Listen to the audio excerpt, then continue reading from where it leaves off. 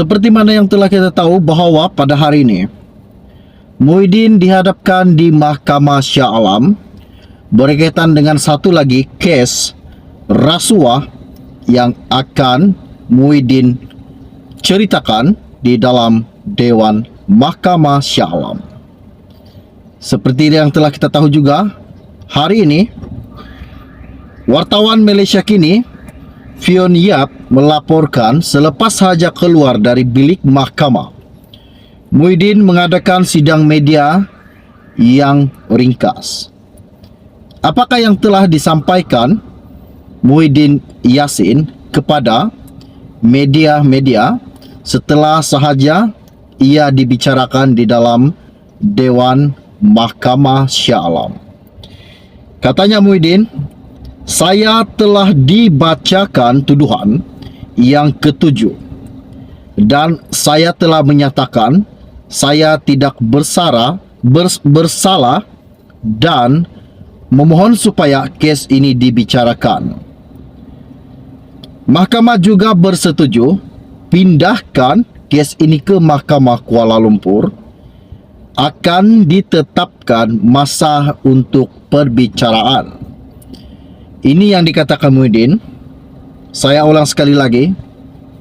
Katanya beliau, iaitu Tan Sri Muhyiddin Yassin, bekas Perdana Menteri ke-8 Malaysia, ia telah dibicarakan dan telah dibacakan tuduhannya yang ketujuh dan telah menyatakan bahawa beliau mengatakan kepada mahkamah beliau tidak bersalah dan memohon supaya kes ini dibicarakan semula. Muhyiddin meminta agar dipindahkan di Mahkamah Kuala Lumpur. Okey, baiklah. Sebelum saya meneruskan isu yang menggemparkan, mohon kiranya pertimbangkan bagi yang baru saja melihat channel ini, bantu saya tolong tekan butang subscribe dan sharekan video ini. Terima kasih. Baru saja saya dapat info ini, saya ambil daripada Malaysia Kini.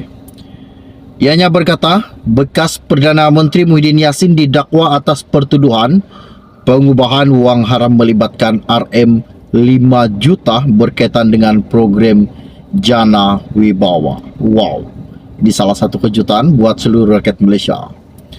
Belum habis kes mahkamah, kes rasuah yang dikenakan terhadap beliau di Mahkamah Kuala Lumpur.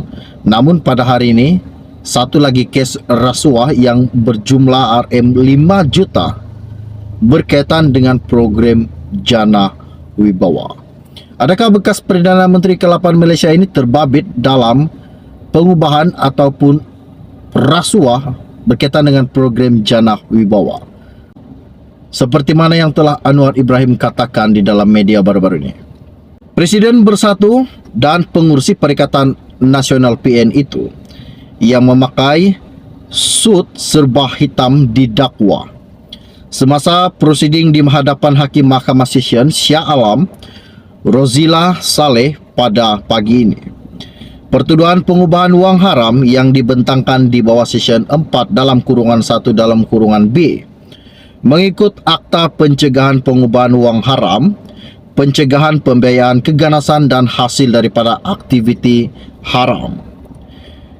Seperti yang telah kita tahu, beliau didakwa telah menerima RM5 juta hasil daripada syarikat Bukhari Equity Sendirian Berhad yang disalurkan ke dalam akaun Bersatu pada 7 Januari 2022.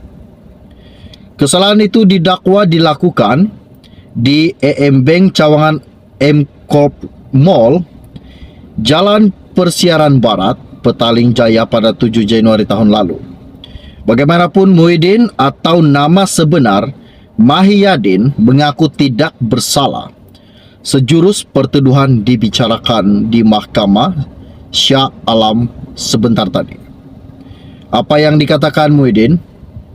Ia mengaku tidak bersalah dan meminta kesnya dibicarakan.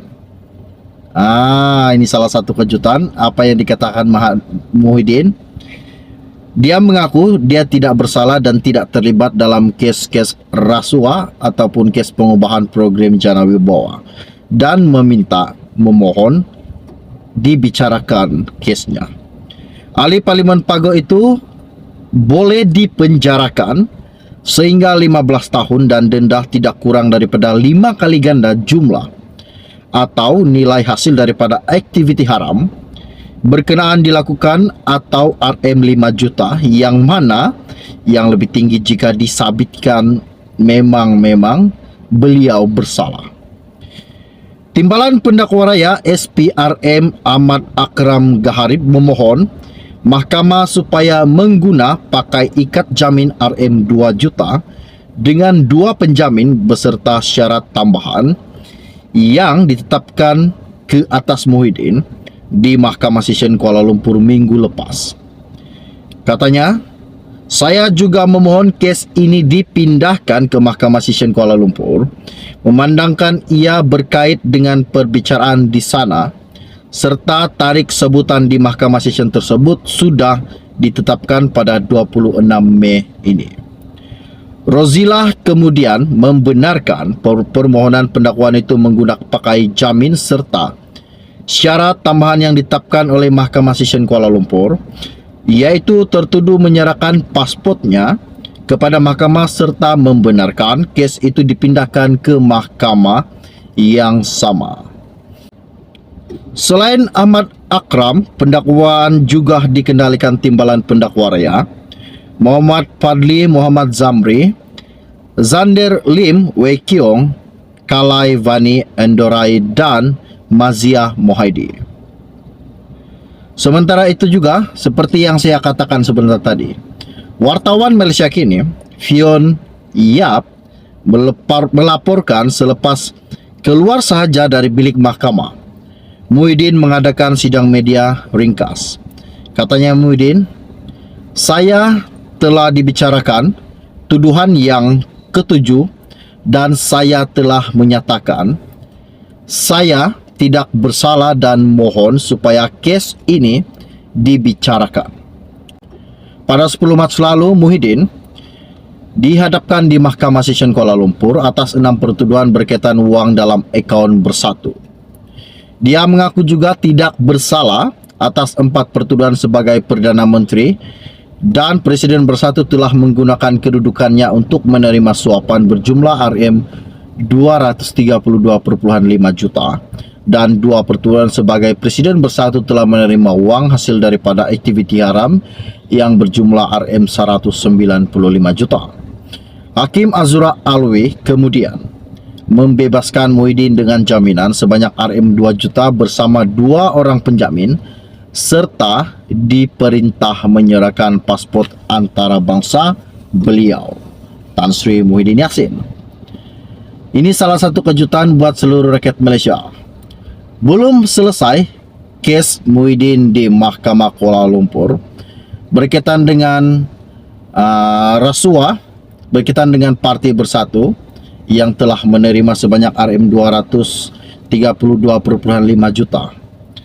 Dan hari ini pula Muhyiddin disabitkan lagi bersalah, di mana bahwa beliau terlibat dalam satu pengubahan wang haram melibatkan RM 5 juta berkaitan dengan program Jana Wibawa.